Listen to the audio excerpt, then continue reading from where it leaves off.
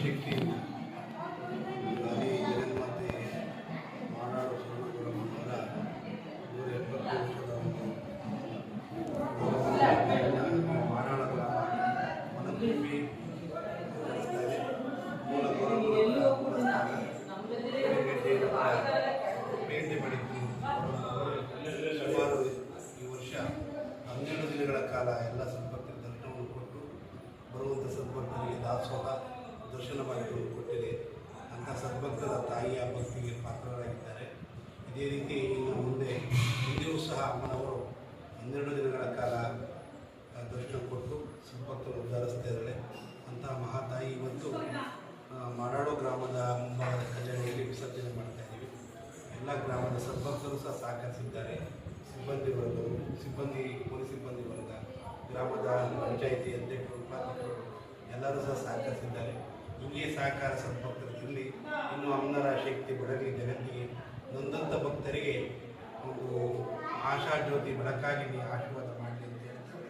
ಈ ಕಾರ್ಯಕ್ರಮದಲ್ಲಿ ಭಾಗಿರುವಂಥ ಎಲ್ಲ ಸದ್ಭಕ್ತರಿಗೆ, ಗ್ರಾಮದ ಸದ್ಭಕ್ತರಿಗೆ, ನಾಡದ ಸದ್ಭಕ್ತರಿಗೆ ಒಳ್ಳೆಯದಾಗಲಿ, ಇದೇ ರೀತಿ ನಡ್ಕೊಂಡು ಹೋಗಲಿ ಅಂತ ಎಲ್ಲ ಮಾತುಗಳಿಗೆ ವಿರಾಮ ಹೇಳ್ತೀವಿ.